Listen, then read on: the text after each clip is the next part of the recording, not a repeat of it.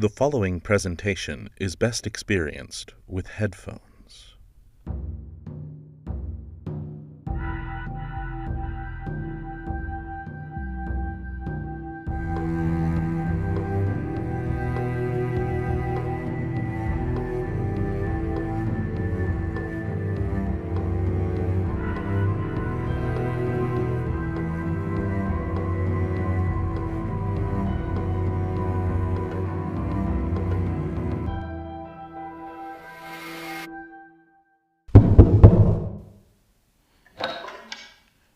Honored guests, it is good to be back on this side of the house. Now, we will be going to the library this evening, where the Circle has kept Greer and Nan after they retrieved us all. Tonight it will be decided how Greer and Nan will move forward with the house. You must understand, though, honored guests, that the Circle and the house residents want your input on this important matter. It will be determined what Nan's fate is with her part in the dramatic happenings that have befallen the house. Your opinion is most important, as you were all personally affected. Ah, here we are. The shelves are so beautiful, lined with books once again.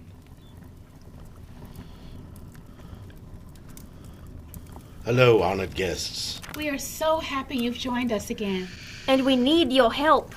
Yes, you see, dear ones, we are not quite sure how to proceed with Nan and Greer. I think that they may have both overstayed their welcome. Emrys, I know you're hurt, but we can't just let them leave, especially Nan. Who knows what would happen to a ghost who has so long been away from the outside world? But Emrys does have a point. Nan most especially has hurt us very much. Emrys and I have long tried to make her place here a happy one. Lady Morgana and I even picked out the pianoforte just for her. We can come back to Nan, but Greer needs to answer for his actions. The stories aren't something that can be simply taken from the world. It would be better for the stories to dissolve into chaos once again than for them to be kept from the world. I just like the stories. I like them as much as you do.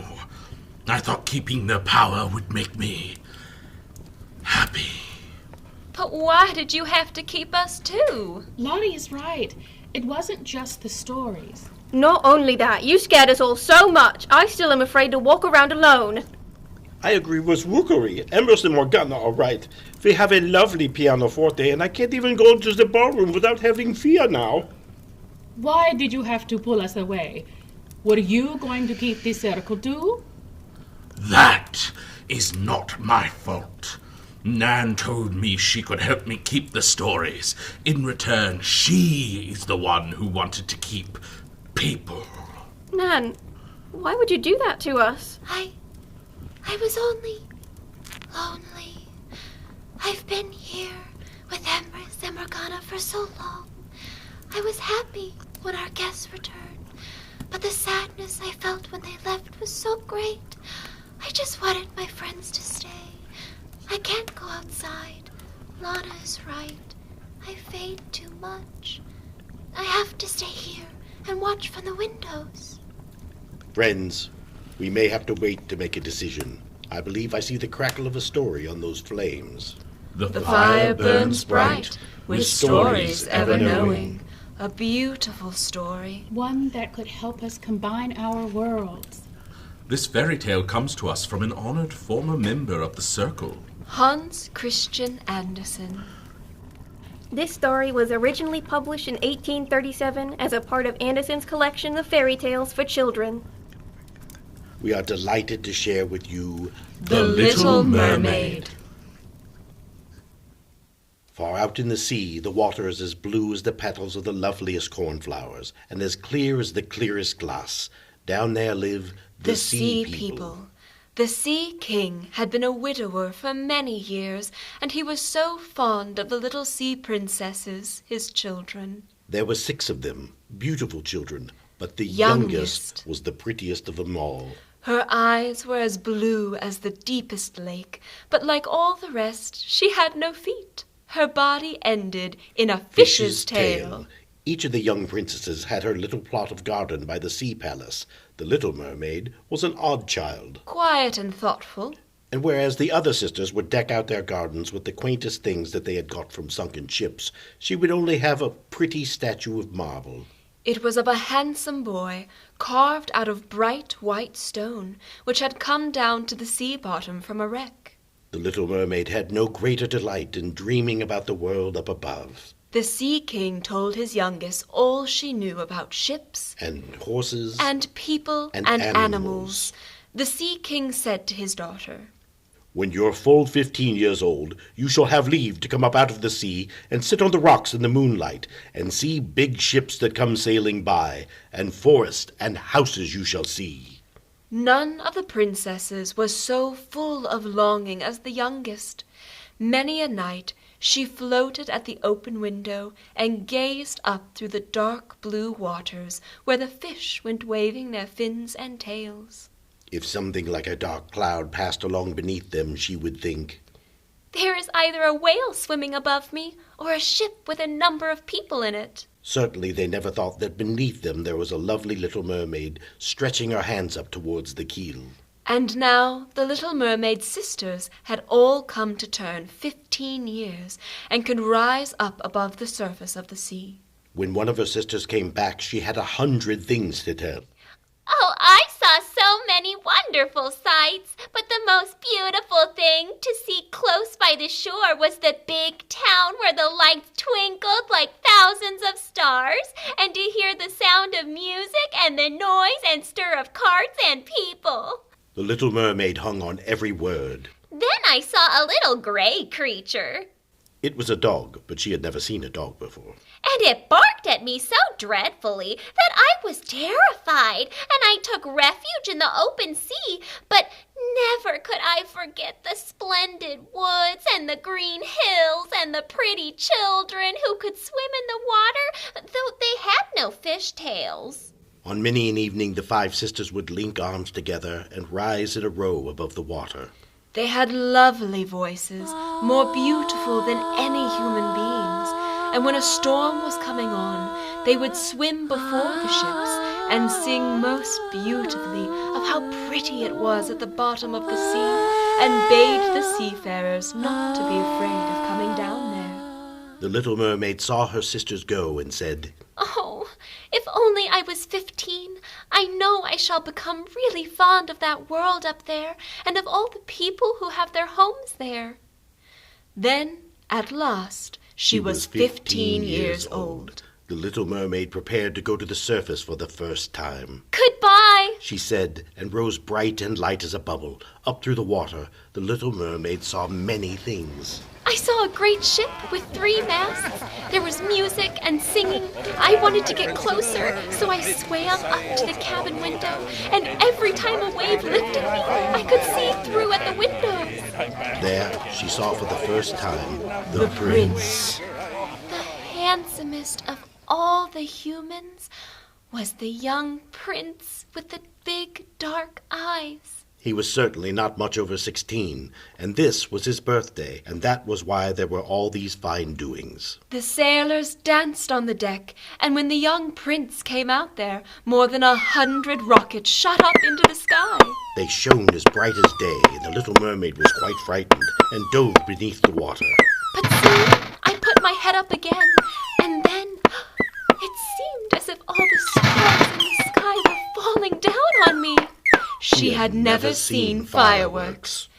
It grew late, but the little mermaid could not take her eyes off the ship and the beautiful prince. Just then, up in the distance, there was lightning. Oh, there would be a terrible storm. The ship creaked, And cracked, the stout planks bent with the mighty blows that the sea dealt. Now the little mermaid saw that they were in peril. I saw everyone was leaping off as best they could. Then I saw the prince fall. The little mermaid was determined. No, die he must not. So she swam in among the beams and planks that drove about in the water, quite forgetting that they might have crushed her. And so came at last to the young prince, who could hardly keep himself afloat any longer in the stormy sea. I put his head above the water and let the waves drive me with him whither they would. The mermaid kissed his hair-high forehead and stroked back his red hair. I thought he resembled the marble statue in my little garden. And now she saw in front of her The dry land. Hither she swam with the fair prince and laid him on the sand. Now the bells rang out from the great building, and a number of young maidens came out through the gardens. I swam further out, behind some high boulders, and I laid some sea foam over my hair so that no one could see me. And there she watched to see who would come to the poor prince. It was not long before a young girl came that way, and seemed to be quite terrified, but only for a moment. Then she fetched more people, and the mermaid saw the prince revive and smile on all those about him. But on her, out there, he did not smile. He had, of course, No no notion notion. that she had rescued him. She felt very sad, and when he was carried into the great building, she dove sorrowfully down into the water and betook herself home to her father's palace. I had always been quiet and thoughtful, but now I became much more so. My sisters asked me what I had seen the first time I went up, but I did not want to talk about it. Every evening And morning, did she go up to the place where she had left the prince. It was my one comfort to sit in my little garden and throw my arms about the fair marble statue which was like the prince. At last she could contain herself no longer, but told one of her sisters. They understood her longing and said, I know the prince you speak of, sister. I know where the kingdom lay. You do? Come, little sister. and with their arms about each other's shoulders, they rose out of the sea in front of the spot where they knew the prince's palace was. Now I knew where he lived, and I came many evenings to see the prince. She became fonder and fonder of human people, and more did she long to be able to go up amongst them. One evening, the littlest mermaid asked her father, the Sea King, a question which plagued her. If the human people aren't drowned, can they go on living always? Don't they die as we do down here in the sea? Yes, said the king. they have to die too, and besides, their lifetime is shorter than ours. We can live for 300 years, but when we cease to be here, we only turn to foam on the water, and have not yet even a grave down here amongst our dear ones. What do you mean, Father? We have no immortal souls. We never live again. Humankind, on the other hand, have a soul that lives always after the body has turned to earth. It rises up through the clear air, up to all the shining stars, just as we rise out of the sea, look at the human people's country. So do they rise up to unknown beautiful places, which we never attain. Why did we have no immortal souls given us? I would give all my 100 years that I have to live to be a human being only for one day, and then get a share in the heavenly world. You mustn't go on thinking about that. We have a much happier and better lot than the people up there. So then, I've got to die and float like foam on the sea? Can't I do anything at all to gain an everlasting soul? No, only if a human being held you so dear, and with all his thoughts and affections he clung to you, then his soul would flow over into your body, and you too would have a share in the destiny of humans. He would give you a soul and still keep his own. Well, do you think that... But that can never happen. The very thing that is counted beautiful here in the sea, I mean your fish's tail, they'd think horrid up on the earth. They have no notion of what's proper. Up there people have two clumsy props which they call legs, if they're to look nice. Oh... Let's be cheerful. We'll jump and dance about for 300 years we have to live. It's long enough in all conscience. After that, one can sleep it out all the pleasanter in one's grave. Tonight, we are to have a court ball. Truly, it was a magnificent affair, such as you never see on earth. In the middle of the hall there flowed a broad, rapid stream, and on it mer-people danced to their own beautiful singing. The little mermaid sang the most beautifully of them all. Then they clapped their hands for her. But soon she began to think about the world above her. She could not forget the handsome prince and her own sorrow that she did not, like him, possess an immortal soul. She began to form a plan. While my sisters are dancing in my father's palace, I will go to the old sea witch. I've always been dreadfully afraid of her, but maybe she can advise me and help me. So the little mermaid went off towards the roaring maelstrom where the sea witch lived. She had never been that way before. No flowers grew there. No seagrass. Only the bare, Gray, sandy bottom stretched out round the maelstrom. Right through those tearing whirls she must go to enter the sea witch's domain. Her heart beat with terror. She almost turned back, but then she thought, I must do this for the prince, and that I may have a human soul. Now she came to the great slimy clearing, where the house built of the bones of men. There the sea witch sat. She was making a toad feed out of her mouth, as we make a little canary bird eat sugar. The little mermaid spoke. Are you the... I know well enough what you want, and a silly thing, too. All the same, you shall have your way, for it'll bring you to a bad end, my pretty princess. I want... You want to be rid of your fishtail and have two props to walk on instead, like humans, so that the young prince may fall in love with you, and you may get him and an immortal soul. Yes? I shall make a drink for you, and with it you must swim to the land before the sun rises. Put yourself on the beach there and drink it up. What will happen to me? Your tail will part and open into what humans call legs. But it will hurt, and it will be like a sharp sword going through you. Oh! Everybody that sees you will say that you are the prettiest human they ever saw. You'll keep your swimming gait, and no dancer will be able to float along like you. But every step you take will be as if you are treading on a sharp knife. If you can bear that, I will do what you wish. Yes. But remember, when you've once taken a human shape, you can never become a mermaid again. You can never go down through the water to your sister's or to your father's palace. And if you don't win the love of the prince, then you won't get your immortal soul. On the first morning after he is married to anyone else, your heart will break, and you will become foam on the water. It is my wish. But I must be paid, too. And it's not a small matter that I require. You have the loveliest voice of anyone here at the bottom of the sea, but that voice you must give to me. I must have the best thing you possess as the price of my precious drink. But why? I shall have to give you my own blood in it, that the drink may be as sharp as a two-edged sword. But if you take my voice away, what have I left? Your speaking eyes. With them you can easily win the human heart. What, have you lost courage? Put out your little tongue, and I'll take it for the price, and you shall have the potent drink. So be it. And the witch put her cauldron on the fire to boil the magic drink.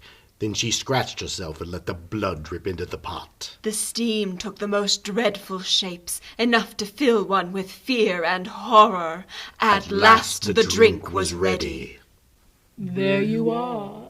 The sea witch gave her the potion and took the little mermaid's tongue. The little mermaid passed quickly through the roaring maelstrom and thought, I will stop by the garden and take one flower from each of my sister's flower beds, and I'll blow on my fingers 1,000 kisses towards the palace. And she rose up through the dark blue sea. The sun was not yet up when she saw the prince's palace and clambered up the stately marble steps. The little mermaid swallowed the sharp burning drink, and it was as though a two-edged sword was piercing her delicate body. I swooned with the pain and lay as one dead.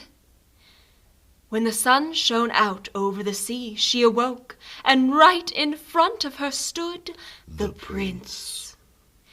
He had fixed his dark eyes on her, so that she cast her own eyes down, and saw that her fish's tail was gone, and that she now had the prettiest small legs that any young girl could have. The prince spoke. Who are you? How did you get here? I could only gaze at him sadly with my dark blue eyes, for I could not speak. Can't speak? That's all right. Let's go to my palace. Every step she took was as the witch had warned her, as if she was treading on pointed swords and sharp knives, yet she bore it gladly. Led by the prince's hand, she walked light as a bubble, and he and everyone else marveled at her graceful floating gait. Costly robes of silk were put upon her, and she was the fairest of all in the palace. She thought, "Oh, if he could but know that to be near him I have given my voice away forever." One evening there was dancing in the prince's palace to the noblest of music, and now the little mermaid raised her pretty arms and rose up on tiptoes and floated over the floor and danced as none had ever yet danced. At every movement her beauty grew yet more on the sight, and her eyes spoke more deeply to the heart than others. Everyone was enraptured by it, and more than all the prince, who called her his Little foundling. and she danced again and again, though every time her foot touched the ground it was as though she was treading on sharp knives. The prince said, You should always be near me. and day by day she grew dearer to the prince, but he loved her as one might love a good dear sister. He had never thought of making her his queen. And his wife she must be, or else she could never win an immortal soul. And on his wedding morning she would turn into foam on the sea. The little mermaid would often talk to the prince in her mind, and the prince would understand the meaning in her eyes. Are you not fonder of me than all the rest? Yes, you are dearest of all to me, for you have the best heart of them all. You are dearest to me, and you are like a young maiden who I saw once, and certainly shall never meet again. I was on a ship that was wrecked, and the waves drove me to land. A maiden found me on the bank, and saved my life. I saw her only once. She was the only one I could love in all the world. But you are like her. You almost stamp her likeness on my soul. He doesn't know that I saved his life. Thought the little mermaid, and heaved a deep sigh. Weep she could not. But now the prince was to be married, people said, and to take the beautiful daughter of the neighboring king. And it was for that he was fitting out such a splendid ship. The prince explained this to the mermaid. I must see the pretty princess. My father and mother require that. But they will not force me to bring her home as my bride. I cannot love her. She is not like the fair maiden who saved me as you are. If I ever choose a bride, it would be you first, with the speaking eyes. Next morning the ship sailed into the harbor of the neighboring king's fine city. The little mermaid waited, eager to see the princess's beauty. When she saw her, she thought, Oh, she has a more graceful form than I have ever seen. It is you who saved me when I lay like a corpse on the shore. Oh, I am more than happy. My dearest wish, the thing I never dared hope for, has been granted me. You, my little foundling, will rejoice in my happiness, for you are fonder of me than all the rest. He said this to the little mermaid, who felt her heart breaking. His wedding morning would bring death to her, and would change her into foam upon the sea. That very evening the bride and bridegroom embarked upon the ship, And the cannons were fired, and the flags waved. the sails bellied in the wind, and the ship glided away over the bright sea. The little mermaid partook in the festivities, all the while with the thought of death in her heart. After everyone had gone in, the little mermaid laid her arms on the bulwark and gazed eastward for the red of dawn. The first ray of the sun, I knew, would kill me. Then she saw her sisters rise out of the sea, but their beautiful long hair no longer fluttered in the breeze. It had been cut off. We have given our hair to the witch to make her help us, that you might not die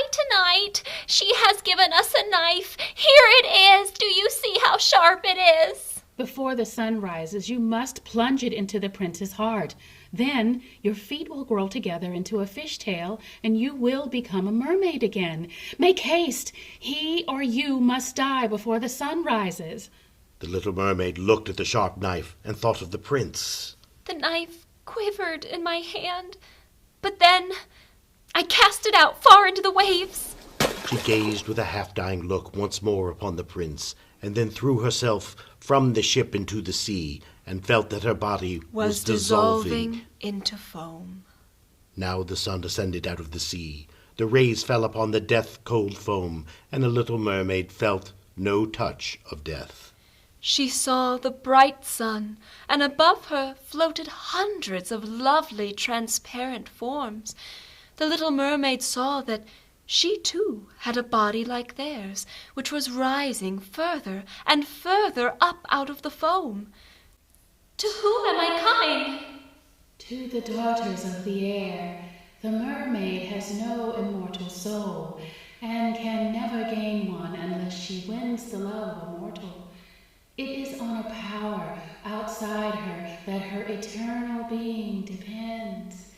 The daughters of the air have no everlasting soul either, but they can by good deeds shape one for themselves. You, poor little mermaid, have striven for that too, with all your heart.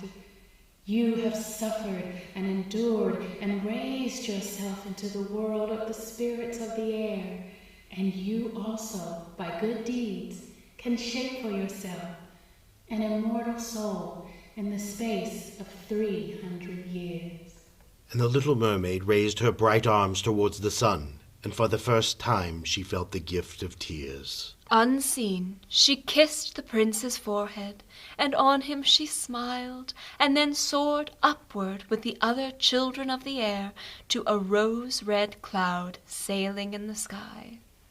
So, when 300 years are over, we shall float into the heavenly kingdom, and we may reach it yet sooner. Unseen, we float into the homes of humans where children are, and for every day on which we find a good child that makes its parents happy and earns their love, the one above shortens our time of trial. The child does not know it when we are flying through the room, and when we smile on it in happiness, a year is taken from the 300. And so the little mermaid soared on. And her soul still lives today. The end. Perhaps, Nan, And Greer, we have been too harsh. There is a world in which you, Greer, can hold on to the stories. And you, Nan, can see more of the world. But how? I can? Lady Morgana, and Grandmaster Imris, do you see what the flames are telling us? I do. The flames always know the best way to bring us together. Greer, you have stated that you simply wanted to keep the power of the stories for yourself. Yet, we have stressed the importance of keeping the stories in the world. Yes. Therefore, you shall, if you choose to accept, hold the powerful position as keeper of the stories and sharer of the tales. How can I do that? You may become Our librarian. Your librarian? Oh, I would like that very much. And I can stay. You may stay, but please try not to scare too many guests away. I promise not to. It has been some time since we've had a librarian. Oh, I used to love checking out the books every week. Now you can again. Welcome, Greer. You're now a resident of the house like us. Thank you, Lottie. What about Nan? Yes, Nan. I have heard your side, and I am sorry you have felt so alone. No. It is all right. I'm sorry for causing this trouble. You have stated that you only wanted to be around friends, and wished to travel away from the house, but still be able to return to us. Yes? Therefore, you shall, if you choose to accept, hold the sacred position of guiding our guests to the story realms. Oh, Emrys, really? You may stay in that realm until the story concludes, then guide our guests back to us. This will allow you time in Wonderland, The Enchanted Forest, Neverland. Atlantis. Oz, and so much more. Do you accept this? Yes, I would be so happy to guide our guests to the stories. I'm going to make so many friends. Honored guests, we thank you for helping us in our decisions tonight. But for now, we must say goodbye.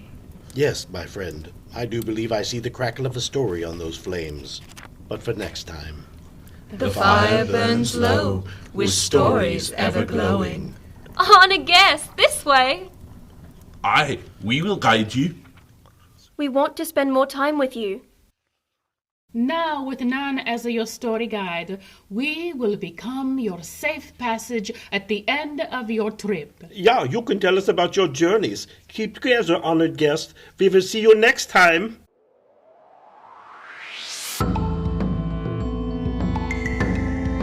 You have been listening to The House of Branching Paths, a theatrical podcast experience brought to you by Round Two It Productions, created by Mark Kilmer and Carol Ann Miller, with featured artists Kimmy Kidd, Bill Blanky, and Caitlin Sowers, with music by Elegy.